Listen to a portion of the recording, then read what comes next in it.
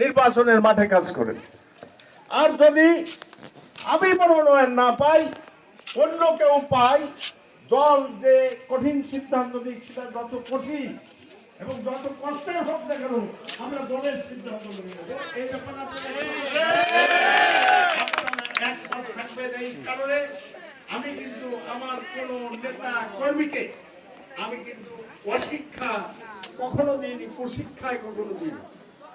আমি দলের সঙ্গে বেইমানি করিনি কখনো। নেতা কর্মী দলের সাথে বেইমানি করতে পারবে না, এটা আমার বিশ্বাস রয়েছে। আসুন আমরা আমাদের ভারপ্রাপ্ত চেয়ারম্যান তারেক রহমান যে নির্দেশনা দিয়েছেন, আজকে বিএনপি নেতা কর্মীদেরকে ধৈর্য ধরতে হবে। আজকে নেতা কর্মীকে একে অপরের সঙ্গে সৌহার্দ্যপূর্ণ সম্পর্ক গড়ে তুলতে হবে। গ্রামে গঞ্জে আজকে মানুষের সঙ্গে মিশতে হবে এবং আগামী দিনে ভোটের মাঠেতে যারা আমাদের কারোর সঙ্গে কোনো কৈফিয়তের সম্মুখীন না হতে হবে। তাই আসুন আমরা আগামীর প্রস্তুতি নিয়ে যে উদ্দেশ্য নিয়ে আমরা আন্দোলন করেছি সেই উদ্দেশ্য কিন্তু আমাদের সফল হয়নি।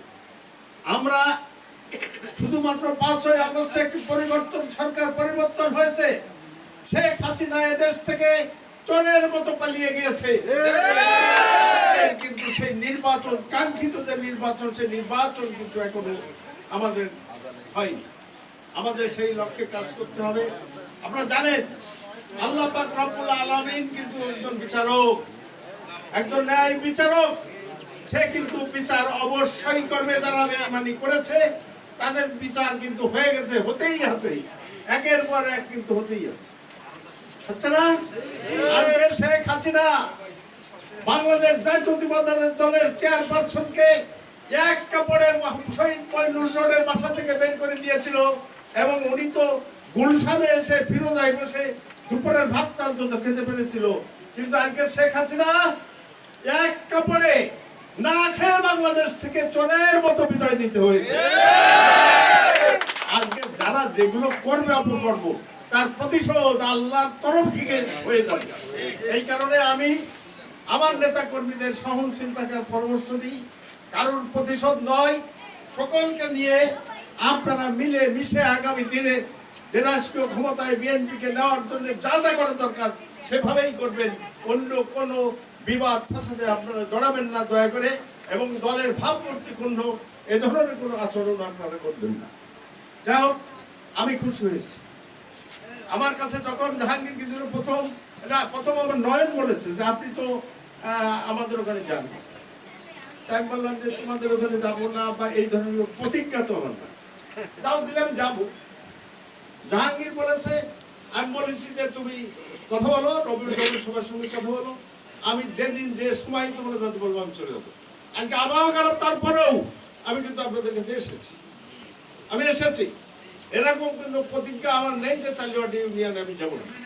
আমি কিন্তু রাজনীতির মাঠে আছি, আপনাদের পাশে আছি, ছিলাম, আপনাদের জন্য খেদমত করার কাজ করেছি এবং করব, এখনো করছি। আমাকে মনোনয়ন দিলেও করব, না দিলেও করব, এটাই হচ্ছে আমার একমাত্র কথা। এবং আমি তো পাত্তা এই সমস্ত ভিতরে না এসে, আমি তো সেই আমার ইন্টারমিডিয়েটের পরেই কিন্তু আমি চেয়ারম্যান নির্বাচিত। আমি তো মনে করি যে একটা কেরানির চাকরি করে খাবো, খেতে পারতাম। আমি একটা ছোটখাটো চাকরি করে আমি আমার জীবন জীবিকা নির্বাহ করতে পারতাম, কিন্তু আমি তা করিনি।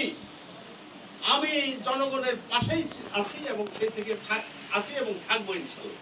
তো যাই হোক, আজকের আমি অনেক খুশি যে আপনারা আমাকে ফুল দিয়ে বরণ করেছেন। আপনারা এই প্রতিকূল আবহাওয়ার ভিতরেও এখানে এতগুলো লোক এই রাত্রে উপস্থিত আছেন, এই কারণেই আমি কিন্তু আপনাদের কাছে আপনাদের খুশি এবং আপনাদেরকে আমার পক্ষ থেকে, আমার দলের পক্ষ থেকে ধন্যবাদ। এবং এই যে যারা উদ্যোগ নিয়ে করেছেন তাকে ধন্যবাদ জানাই, তাদেরকে ধন্যবাদ জানাই। তবে অফিসটা যেন সকাল বিকেল অন্তত খুলে আমাদের নেতা কর্মীদেরকে বসে আর মানে কথা বলা, আলোচনা করা, রাজনৈতিক আলোচনা করা এবং চা চক্র এগুলো যেন চলে, দয়া করে যেন তালা টালা দিয়ে দিবেন না। এবং অন্তত সবসময় একজনকে দায়িত্ব দিয়ে এখানে যাতে সকাল বিকেল একটু বসে মানুষকে আপ্যায়ন করতে পারে সে ব্যবস্থা কিন্তু আপনাদেরকে করতে হবে। প্রয়োজনে এখানে চাঁদা তুলতে হবে, নিজেদের ভিতরে চাঁদা করে মানুষকে আপ্যায়ন করতে হবে। এই অনুরোধ আমি আমার নেতা কর্মীদেরকে রাখি এবং চাইলওয়াটি ইউনিয়ন বিএনপি সকল নেতৃবৃন্দ তাদেরকে ধন্যবাদ জানাই যারা আমার সঙ্গে আসছেন। শ্যামপুর ইউনিয়নের নেতৃবৃন্দ, পৌরসভার নেতৃবৃন্দ, তালেব সহ আসলাম, সবাইকে আমি আমার পক্ষ থেকে ধন্যবাদ জানিয়ে আজকে চাইলওয়াটি ইউনিয়নের গোপীকান্তপুর বাজারে এই অফিসটা 3 নম্বর ওয়ার্ডের এই অফিসটা আমি শুভ উদ্বোধন ঘোষণা করছি। আল্লাহ হাফেজ, বাংলাদেশ জিন্দাবাদ।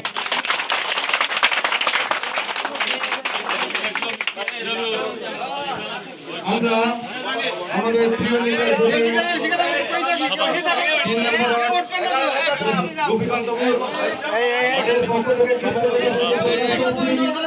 এই পর্যায়ে বক্তব্য রাখবেন ওয়ার্ডবাসীর উদ্দেশ্যে আজকের শুভ উদ্বোধনের মাননীয় সভাপতি আমাদের সকলের শ্রদ্ধাভাজন প্রিয় ব্যক্তি আব্দুল সালাম, তাকে মূল্যবান সভাপতি হিসেবে বক্তব্য রাখার জন্য অনুরোধ জানাচ্ছি প্রিয় ওয়ার্ডের পক্ষ থেকে।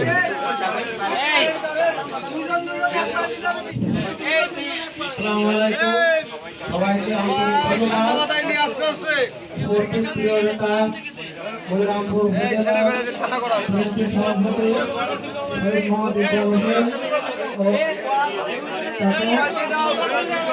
3 নম্বর ওয়ার্ড বিএনপির পক্ষ থেকে সংগ্রামী শুভেচ্ছা। আসসালামু আলাইকুম।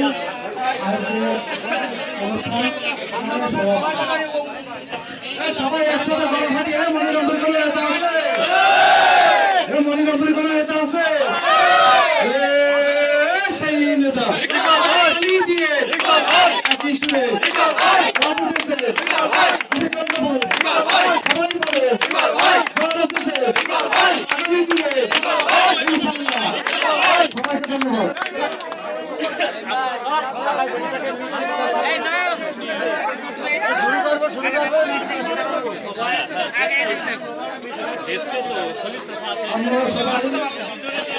আজকের এই পার্টি অফিস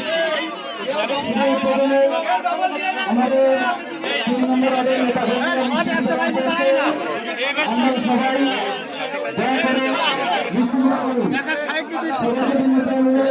আমাদের সবাইকে মিষ্টিমুখ করার জন্য